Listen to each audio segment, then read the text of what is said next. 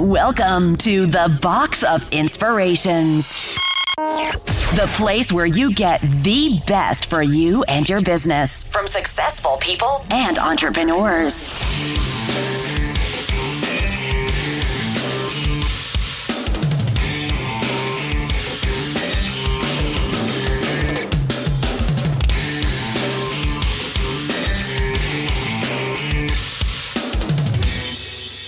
Hey there, this is Ace Chapman from acechapman.com. I'm here today to talk a little bit about buying a business. It's something that I've grown to be pretty passionate about just because it's usually not in the conversation around entrepreneurship. Most of the time, 99% of what we read and hear and discuss when it comes to owning a business is around starting a business from scratch. The biggest downside to that is the statistics that we all know.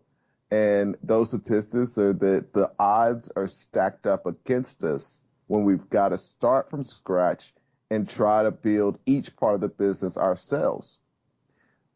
A way around that is to buy an existing successful business. And it wasn't that I kind of came up with this on my own. I actually lucked into buying my very first business about 16 years ago when I was 19. I bought a stock market simulator that I was just a fan of using. And this is in the days when stock market simulators weren't, they were pretty unique. It was early on in the internet days. But I was frustrated with the people that were running the business because they basically weren't paying attention to it and not serving the customers or replying to issues and all that. So I reached out to them, and turns out they actually turned around and said, actually, we don't want this business. Will you buy it?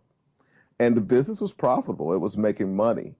They were willing to sell it to me for $70,000, which for a broke college kid with about $3,000 saved up from working in the summer, that was an astronomical amount of money. And unbeknownst to me, it really became my first LBO. So that stands for leverage buyout. I ended up negotiating with the sellers for them to give me a little bit of seller financing. I talked to a friend who was willing to put in a little bit of money. And then I went and got my first couple credit cards to buy the rest. But the neat thing was, the very next day after closing, I had deposited funds into my bank account, which that is exciting for a college kid. And then every day after, I was making money. I didn't appreciate that until years later. It was after I'd sold that business, I decided, you know what? I'm pretty good at this business thing. I'm going to start something from scratch. So I started an offline business, and I got to experience what it was like. So I went in, I got a lease. I had to put the deposit down. So I'm already spending money. Each month I'm paying for that lease. I had to spend money for build out and hire those people to come in. Then I had to go out and get the inventory and hire new employees. I had to pay the employees while I was training them. And meanwhile, the lease and everything else and electricity is costing money. And eventually, we get to the point where we're ready to open the business. And so opening day, a few customers come in, but of course, it takes a while to get to break even. So we're not near profitability yet.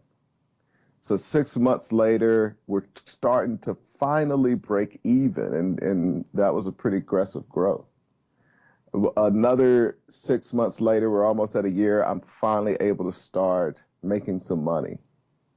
But at this point, I realized, I put a year and a half into this thing before I had taken a dime out.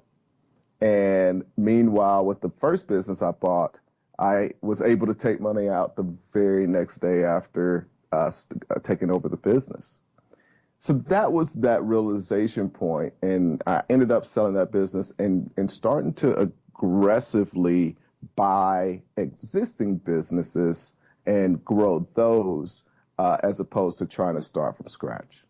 So the reason I'm passionate about this topic is because I know there are a lot of people that want to own businesses that would be great business owners, but they get stuck in starting a business from scratch where they've got a 90% failure rate, and they don't get to really have a situation where the odds are in their favor and, the wind's in their back.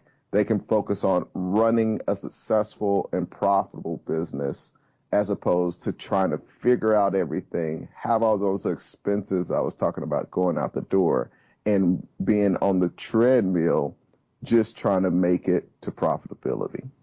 So hopefully that's something for you to think about and consider as you kind of go on your entrepreneurial journey. It's great to be here on Box of Inspiration.